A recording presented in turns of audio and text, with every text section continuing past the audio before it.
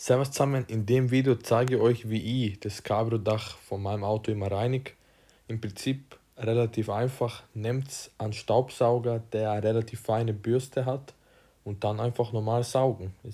Der Unterschied ist groß zwischen gesaugt und nicht gesaugt, also einfach normal drüber gehen und nicht nass reinigen. Ich würde immer zuerst das Cabrio-Dach saugen, auch vor der Nassreinigung. Aber schaut euch an, was da für Haare und überall Staub oben sein. Deswegen würde ich euch einfach empfehlen, trocken, einfach saugen, bis die gröbsten Sachen weg sein. Wenn Flecken übrig bleiben, nass reinigen. Wenn so wie bei mir immer noch solche Staubdings übrig bleiben und Haare und alles, nehmt Bürsten, die nicht nur hin und her schiebt, sondern auch wegschmeißt. Und das zeige ich euch gleich mit dem Akkuschrauber, wie das ausschaut.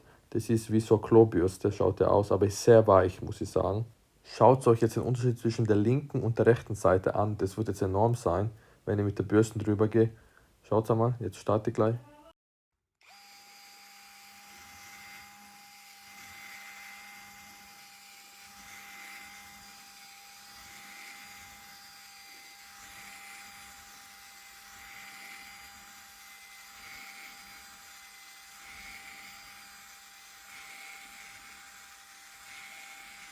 Was gibt's da am Ende zum Sagen? Die Bürsten habe ich unten verlinkt, falls ihr es austesten wollt. Habe ich bei Amazon bestellt. Sind super Bürsten, super weich, macht keine Beschädigungen. Habe es bei verschiedenen Teppichen und Stoffen ausprobiert. Wirklich top.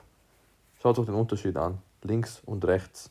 Super, super, super gut. Das mache ich regelmäßig, weil eben, wenn das Auto draußen steht, schaut halt das Dach ständig so aus und so wird super sauber. Ich hoffe, dass ihr euch geholfen habt. Ich bedanke mich fürs Schauen. Servus und ciao.